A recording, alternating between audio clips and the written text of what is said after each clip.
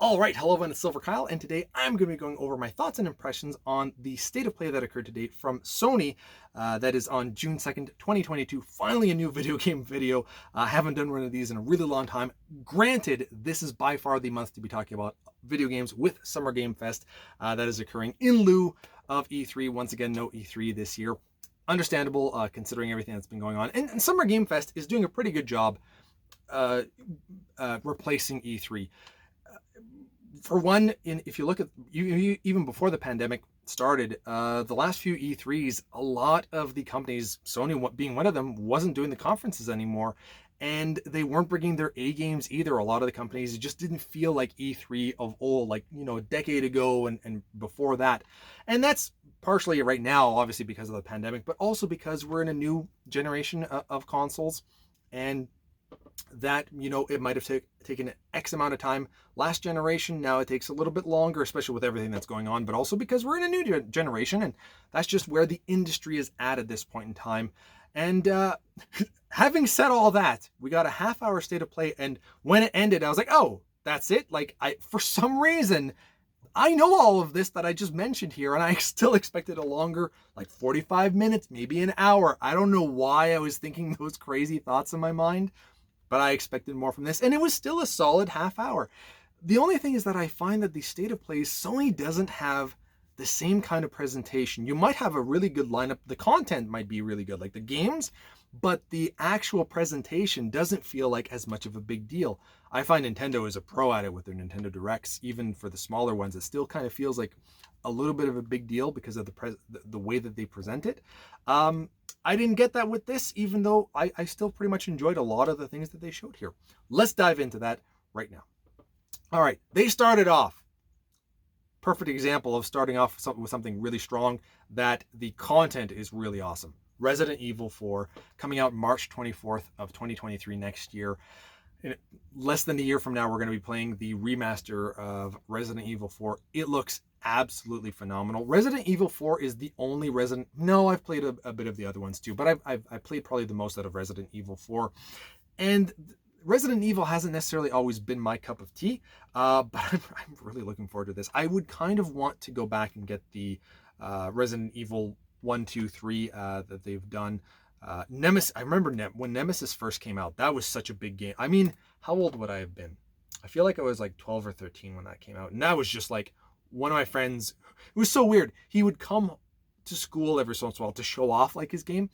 And thinking about it now, it's like, that was so like just to show off kind of thing. But at the same time, that's kind of what I do. And it just made me want to get those games so much more.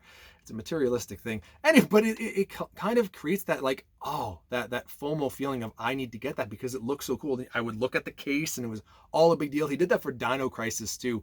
And I was just like, oh man, this is so cool. But I remember Nemesis. Anyway, Resident Evil 4 coming out. Really want to get that. And now I want to get all the other previous games before on the PlayStation 4, I believe, is what they were made for. I think this is coming out for pretty much all these games are coming out to PS4 and PS5. Then they focused on PlayStation VR 2. I don't think that they had an actual date for when this is coming out, but they showed 4 games that they're working on. One of them being Resident Evil Village. That game to me would be the scariest. And VR is like PlayStation VR 1 was like, whoa, this is crazy. We're looking at VR. And then it just dies down because it's not crazy. It's not as immersive and didn't look as good once you kind of got over that feeling that you're playing VR. And it was a bit disorienting. But I've played VR now. I have the Oculus Quest 2, and that's way better. And I imagine that the PlayStation VR 2 is going to be even more powerful than that. I'm not 100% certain. I haven't looked at the specs or anything like that, but it seems like the games that they're putting on there looks crazy. So I'm really, even if it's the same as Quest 2, I'm down for this. So Village to me would just be so, I don't think I could play that in VR. I would try it. I would definitely try it. But I don't think I could play the whole game like that. I would love to watch my mother play that though, for just like 5 minutes. That'd be hilarious. Anyway, she loves VR. That's a sidebar. She likes the the work simulator, job simulator. She loves that. Then they showed a VR Walking Dead game that's coming out. I wasn't into that as much. No Man's Sky VR, That looks pretty cool. I have played No Man's Sky since. Like when it first came out, it did horrible. It wasn't at all what anybody expected. But since then, our expectations were up here. What we got was here, and now they did a really good job over the last few years of building up and giving us what we wanted from No Man's Sky. Playing that in VR would be really fun. I would go back and definitely revisit that game in this. Then they showed, to me, one of the biggest things for this entire conference. Not conference, it's not a conference. This state of play. Horizon VR Call of the Mountain. This looked insanely fun. Like, this is kind of what I think we're all kind of wanting from VR. I cannot wait. It looked glorious. I'm very curious to see how that's going to look and how it's going to play when you're actually playing it in VR. And I feel like that's why VR, like PlayStation VR 2, really has to be powerful to be able to play this game correctly. I don't want this to be, we just talked about No Man's Sky. Expectations are here. I don't hope that the actual product isn't here. Although if in a few years, I don't want to wait a few years. I want it to be good whenever it comes out. That game, I can almost guarantee you that as long as VR2 isn't crazy expensive, I probably will be getting a day one, and depending on what's coming out, I hope it's not Resident Evil Village. I hope day one of VR2 is not just Resident Evil Village, because that's going to be too much for me, and I don't really want the Walking Dead game. If No Man's Sky is there, I'll definitely get that, and Horizon VR Call of the Mountain, I'm definitely going to get that. Then they also talked about Horizon, the Forbidden West, also getting some free updates with PlayStation Plus, I believe. That's cool. I haven't even played the first Horizon. I have it. I just have not started it yet. I gotta get on that. Then they showed a Spider-Man Remastered coming to PC. That's really cool. I mean, I already have it with PlayStation 5, so there's no reason for me, but I think a lot of PC players would be excited for this.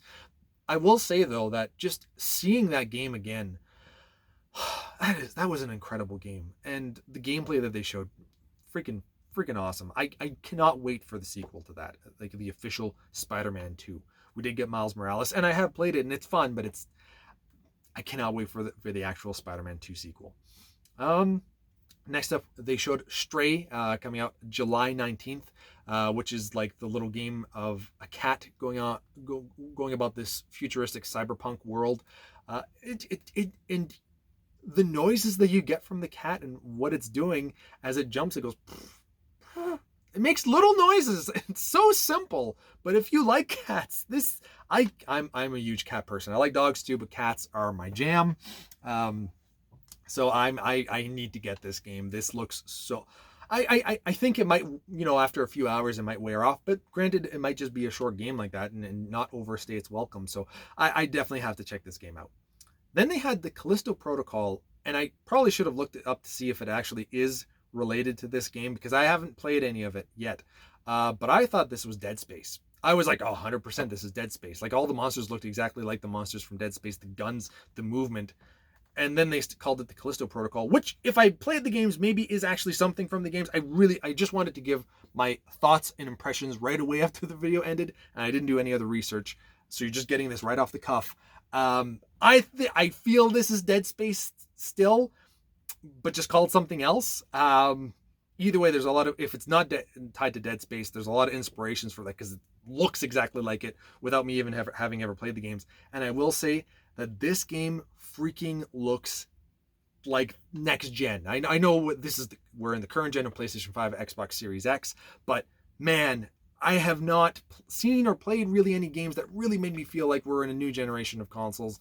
This looked nice. And I don't even know if it's a game that I would necessarily get, but I was really excited when I saw how good that game looked.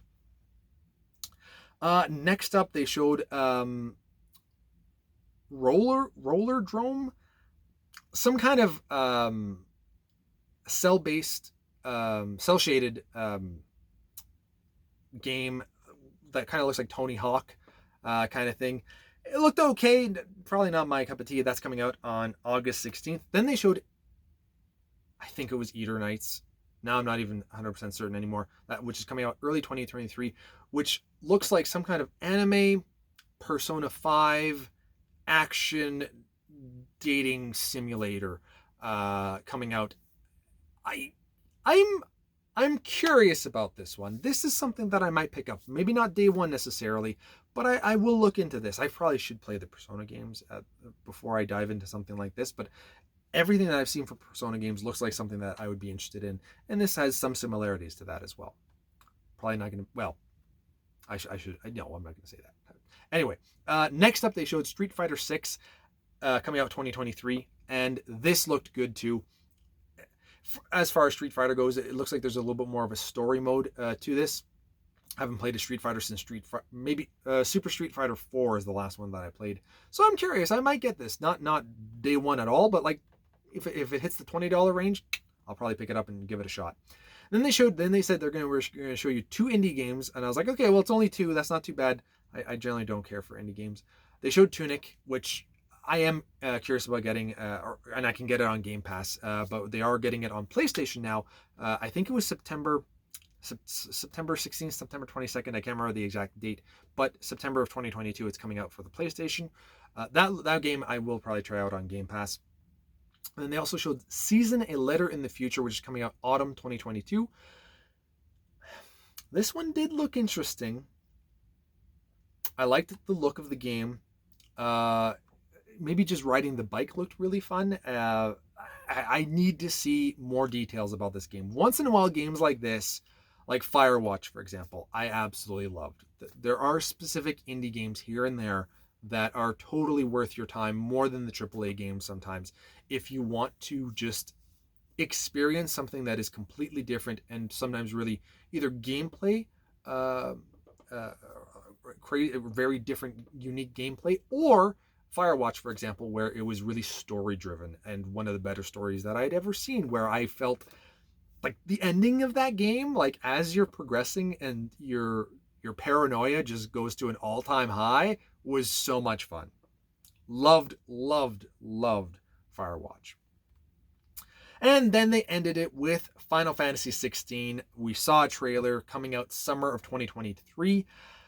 This looks good. Medieval Final Fantasy. At one point at the beginning, though, they showed a scene, and I think it was a girl saying it's going to happen again, like, or there's war coming, something like that. She just has a little line, and we see her and a guy just leaning against a wall, and it looked like Squall from Final Fantasy VIII. And I got really excited because I had no idea what the heck was going on at the beginning, and I was like, Final Fantasy 16 are we going, Final Fantasy 8?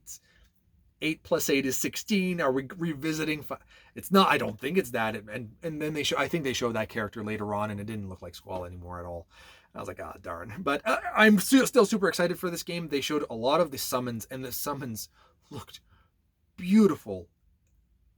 Like this game as well. The cinematic scenes, the gameplay, I don't know if it's because I was watching it on YouTube, didn't look all as impressive as I thought it would. It still looked good, but I was much more impressed with the cinematics of this game when they were showing those summons. Oh man, that looks gorgeous. I have not played Final Fantasy 50. Is it 15 yet. I might just skip 15 and go into 16 next year, because I don't think I'll be playing it anytime soon. And I'm very much looking forward to this. I feel that the best Final Fantasies are when they go in the medieval setting. I mean, I love Final Fantasy 7, but Final Fantasy 9, that's my jam. That's one of my favorite games of all time. So I don't think I'm going to get that from this game, because it has a much more serious tone. It doesn't look as cartoon. Vivi, honestly, just Vivi isn't there. If Vivi was in Final Fantasy 16, that would change everything. But I doubt he is. So anyway, that's it. So Final Fantasy 16, I think that looks freaking awesome.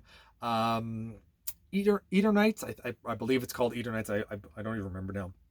Kind of curious about that game, but by far Final Fantasy 16 is the top.